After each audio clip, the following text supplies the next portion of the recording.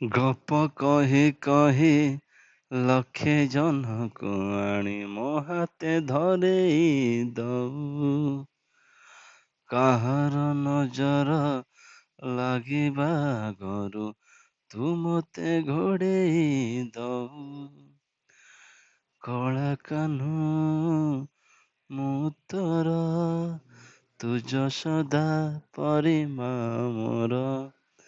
ତୋ ଗର୍ଭରୁ କାଢ଼ି ମୋତେ ଆଣି ଦେଖିଲୁ ରେ ସଂସାର। ମୋ ହାତ ମୋ ମଥାରେ ରହିଥିଲେ, ପାଦ ଧୂଳି ତୋର ନଉଥିଲେ, ମୁଁ କିଛି ଖୋଜିବିନି। ମା ତୋ ବିନା ମୁଁ ରହିପାରିବିନି।